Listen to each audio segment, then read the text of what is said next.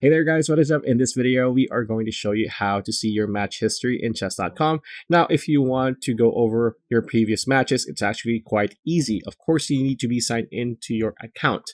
Now, once you're logged in and you are in the home page of chess.com, again, to do this, you need to actually have some games under your belt. So you probably played a few games. So where is it? It's on the bottom of the page, so you just need to scroll down a little bit. It's going to show you the game history over here. So again, you can have a game history option here, but if you've yet to play anything, nothing is going to show up. And as you can see, I have some games and I've lost pretty much every single one of them.